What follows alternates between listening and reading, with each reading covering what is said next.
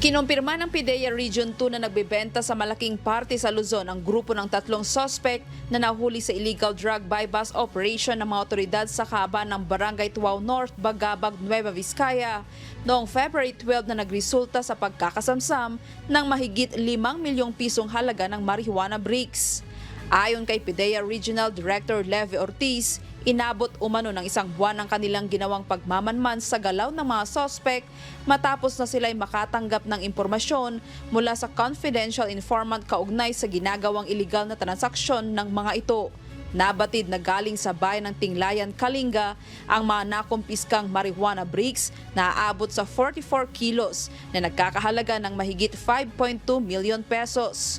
Gumagalaw ang kanilang grupo sa bahagi ng NCR partikular sa Region 4A, Region 3 at sa Region 2. Ilan pa sa mga nakuha sa mga suspect ang ginamit na pera sa transaksyon na nagkakahalaga ng 445,000, 3 piraso ng cellular phones, pouch, ilang ID, ilang piraso ng kahon at ang Nissan Escapade van bilang getaway vehicle.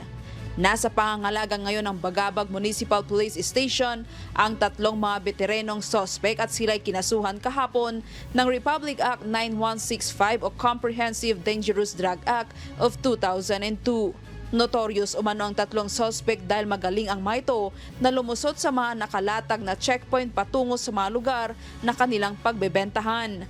Itinuturing naman ngayon ng PIDEA at PNP Region 2 na isa ito sa mga malalaking accomplishment ng kanilang hanay ngayong taong 2024. Ayon pa kay NVPPO Provincial Director Police Colonel Camlon Nasduman, kailangan ng tulong ng komunidad upang agad din na maharang sa checkpoint at mahuli ang mga individual na nagsasagawa ng mailegal na transaksyon. Grace Doctolero, humahataw sa balita ngayon.